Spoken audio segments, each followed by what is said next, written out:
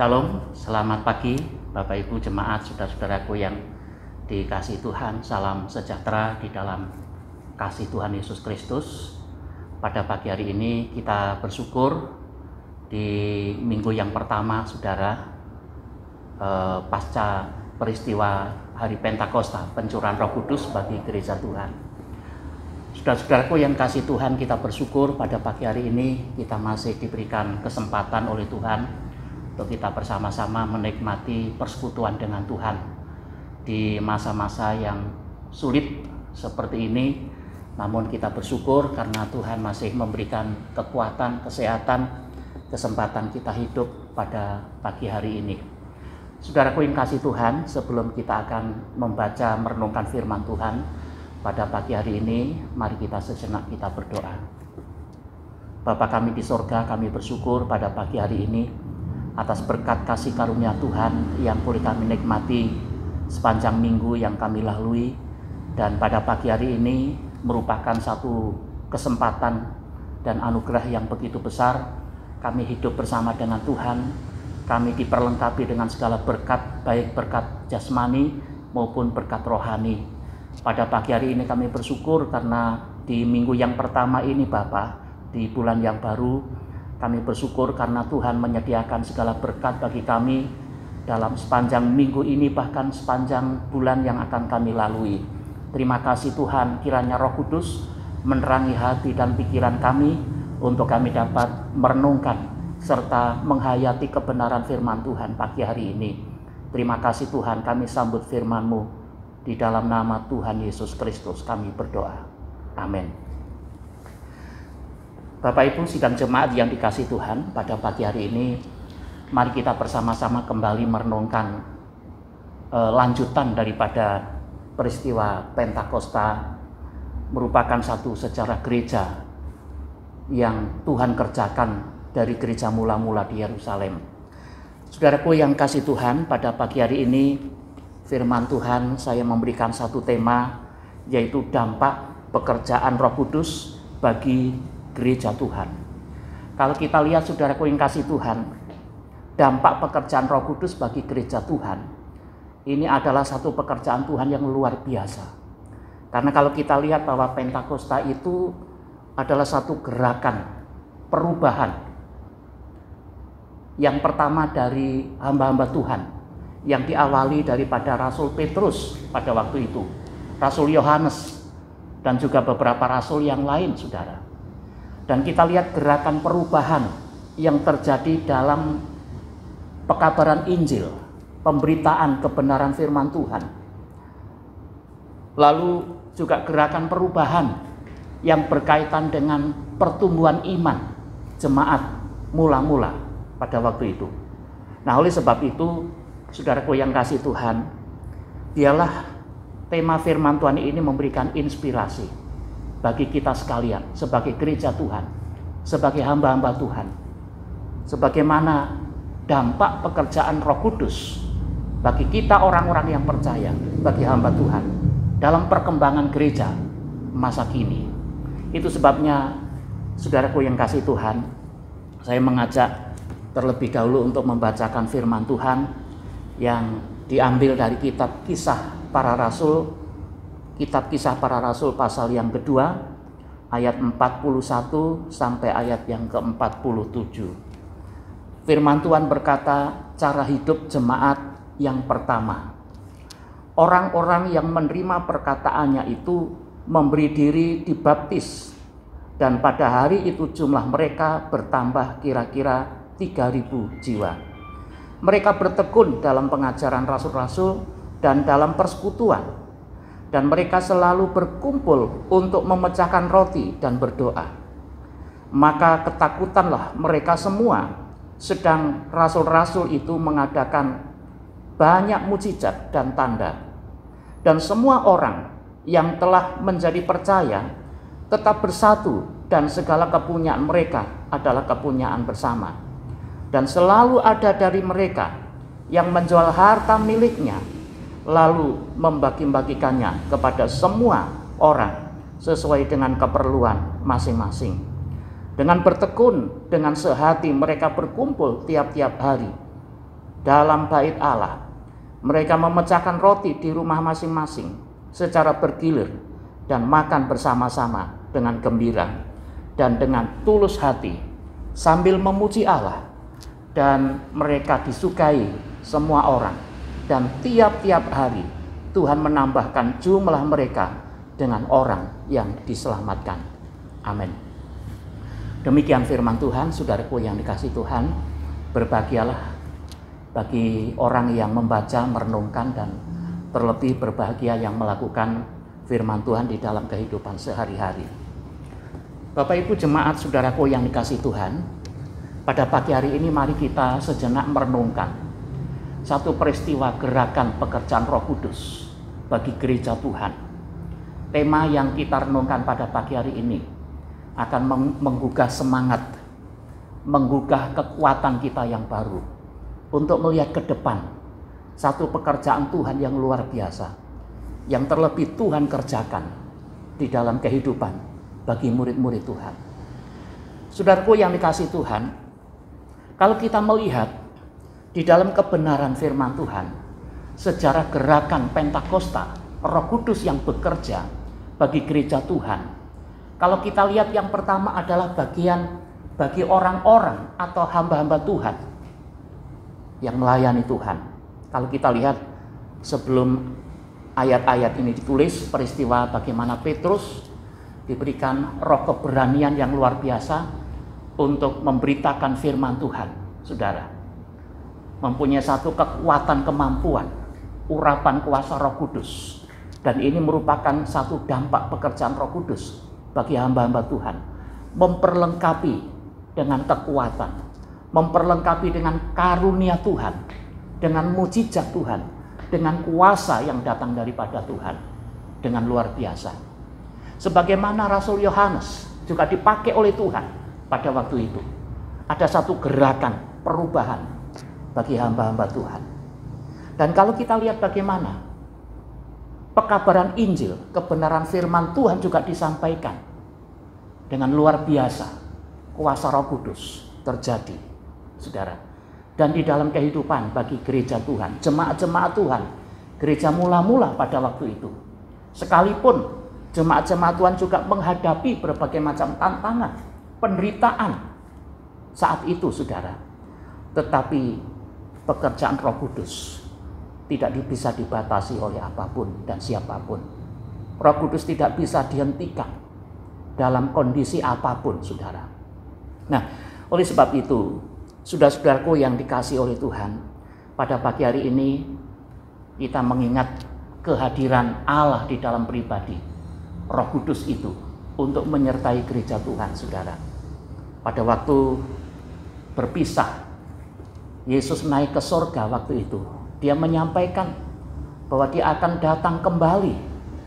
Sebelum dia naik ke sorga, saudara, Yesus sudah menyampaikan kepada murid-muridnya, dia minta kepada Bapa, Sang Penghibur Roh Kudus itu dicurahkan untuk menyertai orang-orang yang percaya. Kalau kita lihat di sini, saudara, bahwa ini satu perpisahan untuk bertemu, dan peristiwa Pentakosta, bagian dari sejarah gereja inilah yang dikenal juga satu gerakan perubahan inilah, saudara.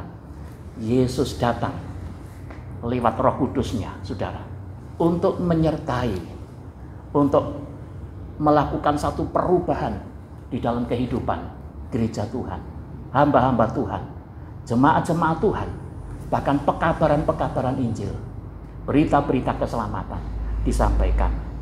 Oleh sebab itu, saudaraku yang kasih Tuhan, pada pagi hari ini mari kita melihat satu pekerjaan Roh Kudus yang luar biasa yang dikerjakan oleh Allah lewat Roh Kudusnya. Kalau kita melihat di dalam pembacaan firman Tuhan ini, saudara, ada dua bagian bagaimana dampak pekerjaan Roh Kudus bagi gereja Tuhan.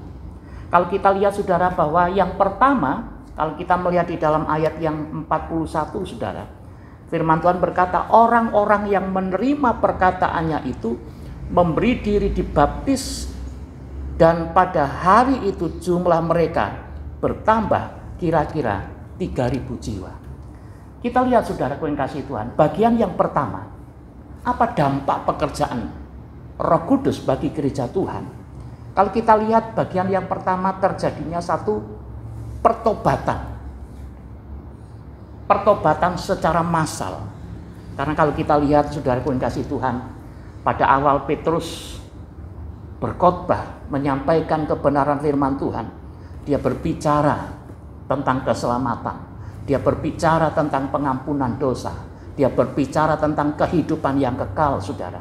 Kalau kita melihat ayat sebelumnya, saudara, di dalam ayat yang ke-38, jawab Petrus kepada mereka, bertobatlah, hendaklah kamu masing-masing memberi dirimu dibaptis dalam nama Yesus Kristus untuk pengampunan dosamu, maka kamu akan menerima karunia Roh Kudus.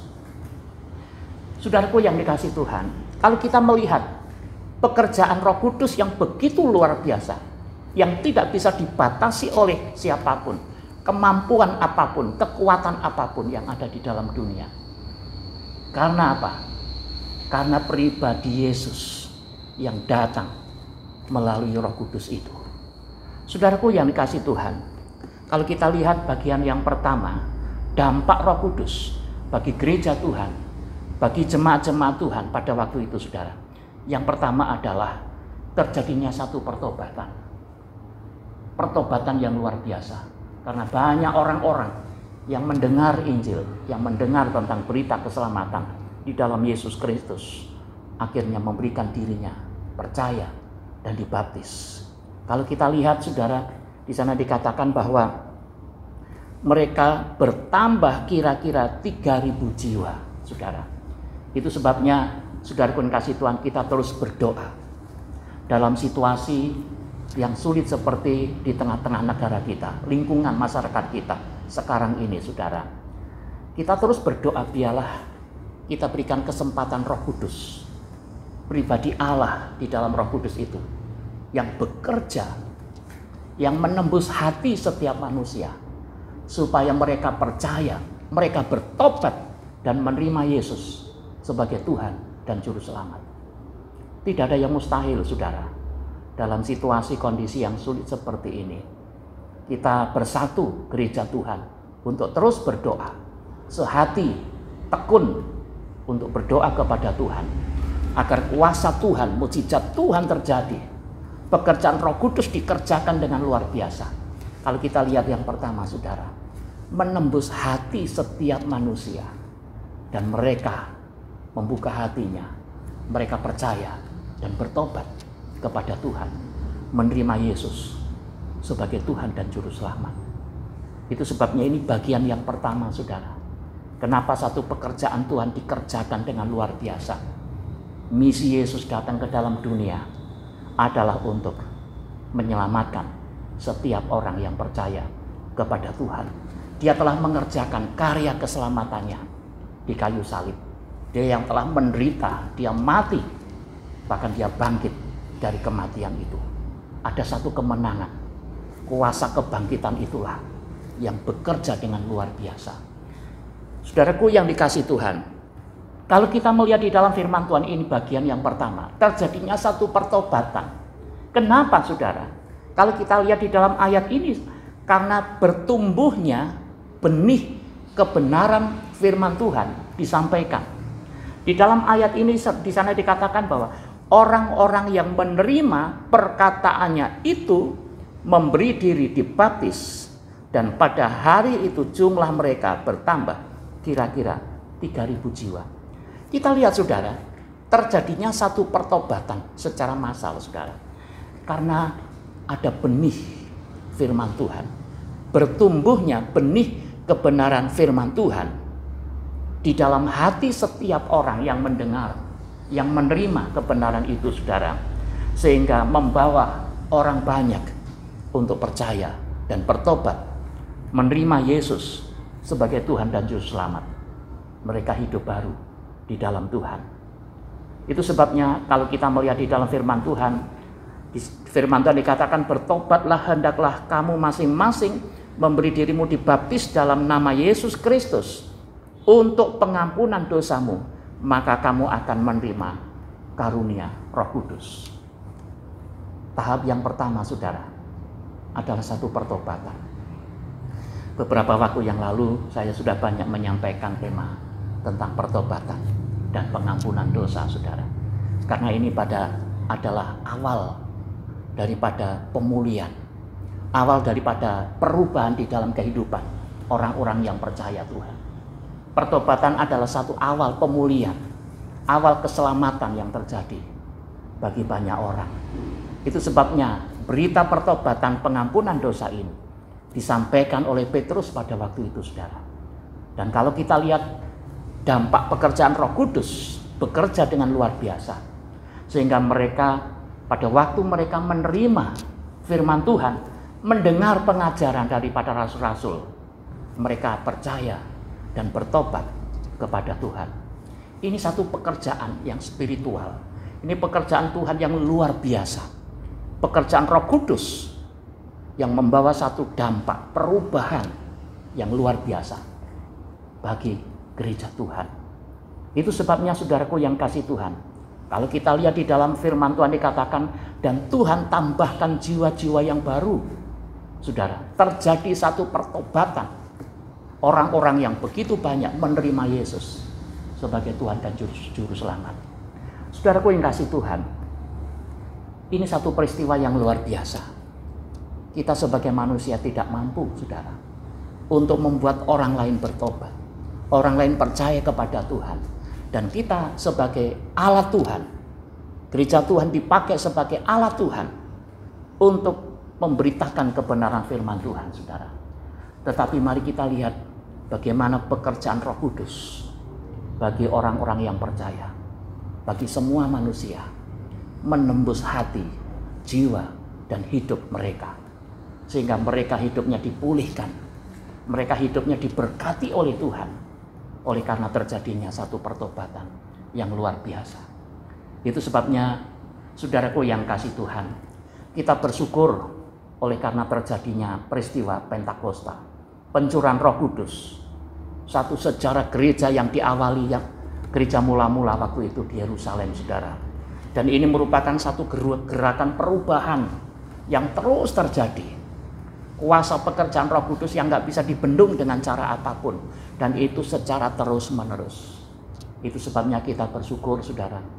Gereja Tuhan, kita diutus oleh Tuhan di tengah-tengah dunia ini untuk menjadi saksi Tuhan. Sebagaimana kalau kita membaca di dalam Kisah Rasul pasal yang pertama, ayat yang ke-8, saudara. Firman Tuhan dikatakan, tetapi kamu akan menerima kuasa kalau Roh Kudus turun ke atas kamu. Dan kamu akan menjadi saksiku di Yerusalem dan di seluruh Yudea, di seluruh Samaria, dan sampai ke ujung bumi. Puji Tuhan, saudaraku yang kasih Tuhan, kita diperlengkapi oleh kuasa Roh Kudus untuk menjadi saksi Tuhan, untuk menjadi duta Kristus di tengah-tengah dunia ini.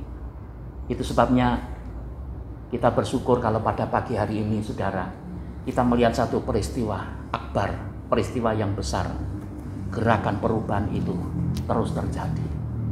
Saudara, di dalam gereja Tuhan, di dalam pribadi kita sebagai orang yang percaya, perubahan terjadi di tengah-tengah bangsa dan negara kita.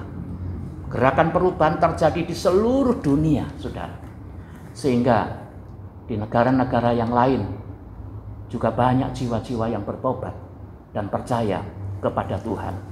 Itu sebabnya, saudaraku yang kasih Tuhan, inilah dampak pekerjaan Roh Kudus bagi gereja Tuhan di bagian yang pertama.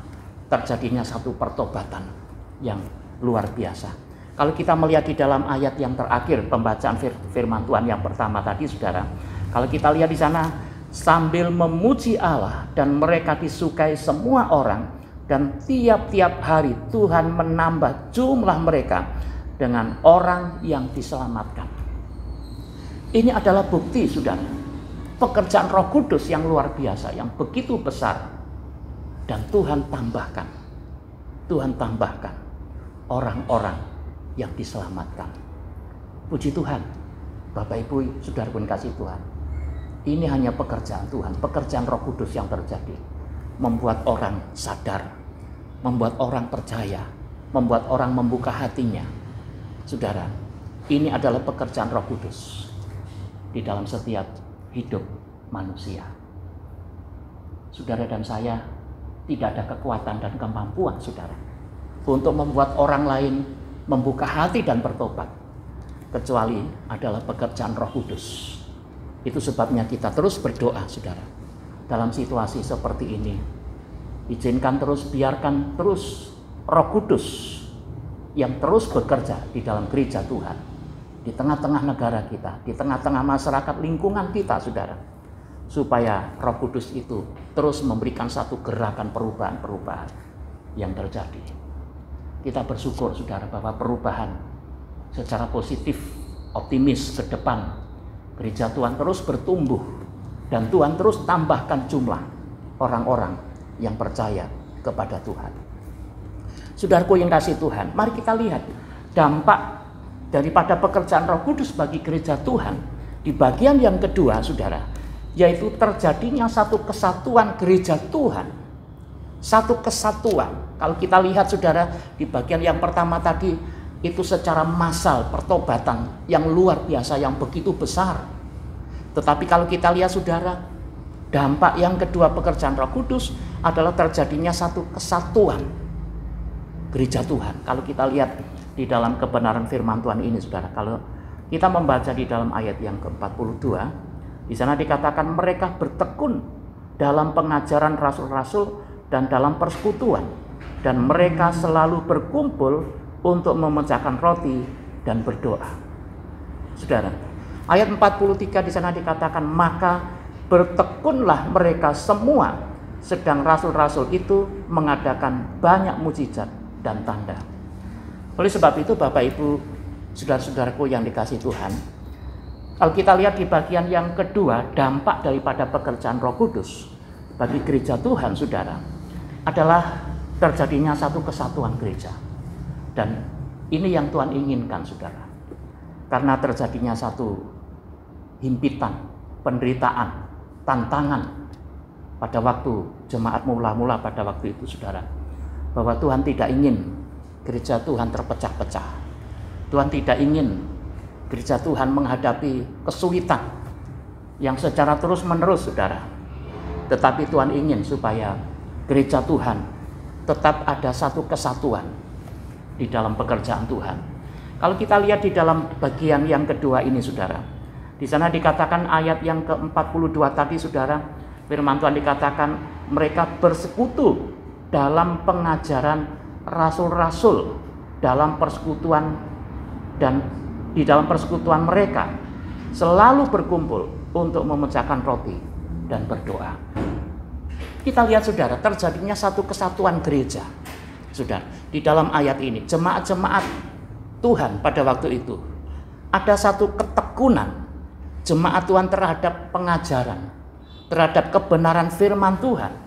Saudara, kalau kita lihat ketekunan jemaat terhadap pengajaran firman Tuhan ini memberikan satu respon yang terbangun di antara jemaat, orang-orang yang percaya kepada Tuhan, lalu membangun satu persekutuan bersama, mengadakan satu perjamuan kasih. Mereka berdoa, mereka tetap bersekutu di tengah-tengah tantangan hidup, dan mereka hidup di dalam kasih dan pengorbanan, bertekun di dalam persekutuan dengan Tuhan. Kalau kita lihat di dalam ayat yang ke-44 sampai ayat yang ke-46, saudara, mereka ada satu ketekunan di dalam persekutuan dengan Tuhan. Itu sebabnya, saudaraku yang dikasihi Tuhan, betapa pentingnya kita hidup di dalam pimpinan Roh Kudus. Itu yang membuat hidup kita ini ada satu kesatuan satu dengan yang lain, membangun persekutuan di antara gereja Tuhan, orang-orang yang percaya. Saudara, kita tetap tekun di dalam doa, sekalipun banyak tantangan yang harus kita hadapi, banyak persoalan, bahkan kondisi-kondisi yang begitu sulit. Kita tetap bertekun di dalam persekutuan dengan Tuhan. Dalam masa situasi seperti ini, saudara, saya kira tidak menyurutkan iman semangat kita di tengah-tengah pandemi virus corona yang masih ada sampai sekarang ini. Semua ini tidak menyurutkan semangat kita, tidak menurunkan kualitas iman kita, saudara. Kita tetap bertekun di dalam pengajaran. kita tetap bertekun di dalam doa, membangun persekutuan bersama dengan Tuhan. Dan itu sebabnya dampak ini saudara di dalam ayat yang ke-47. Sambil memuji Allah dan mereka disukai semua orang. Dan tiap-tiap hari Tuhan menambahkan jumlah mereka dengan orang yang diselamatkan. Nah, kalau kita lihat saudara, bagaimana terjadinya satu kesatuan gereja. Mereka disukai oleh banyak orang. Ini artinya bahwa gereja Tuhan adalah menjadi berkat, menjadi terang, menjadi saksi di tengah-tengah masyarakat. Oleh karena pekerjaan Roh Kudus yang bekerja dalam gereja Tuhan. Dan mereka suka memuliakan Tuhan. Di dalam kebenaran firman Tuhan dikatakan, sambil memuji Allah dan mereka disukai oleh semua orang.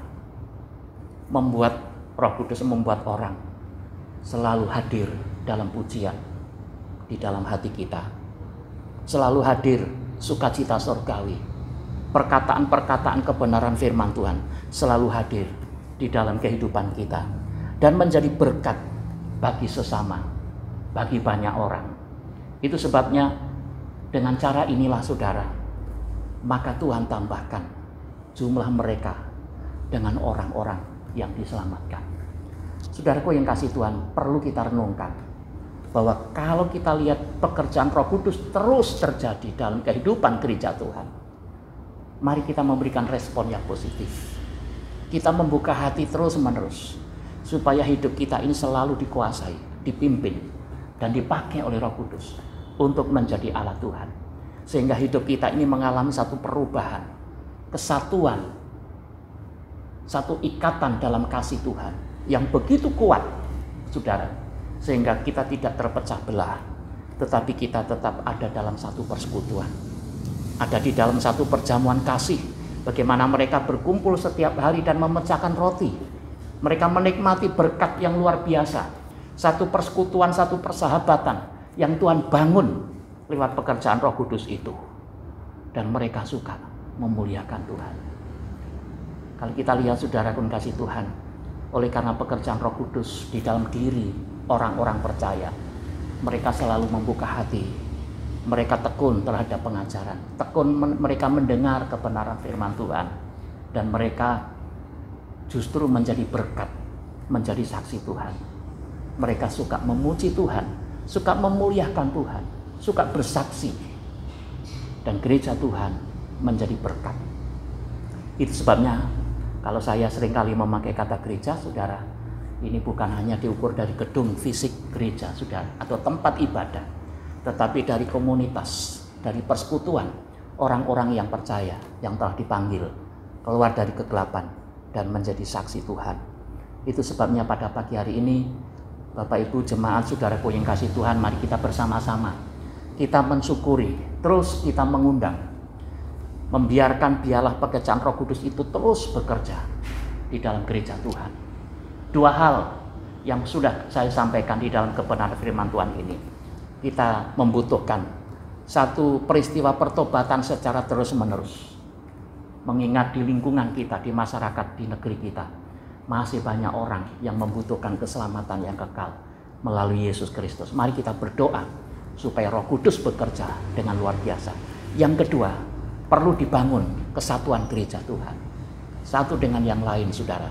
Supaya gereja Tuhan semakin kuat, semakin kokoh, dan memiliki satu kualitas iman yang lebih baik, saudara, supaya satu dengan yang lain bergandengan tangan, supaya Injil Kristus terus disuarakan, sehingga menjangkau jiwa-jiwa yang membutuhkan keselamatan.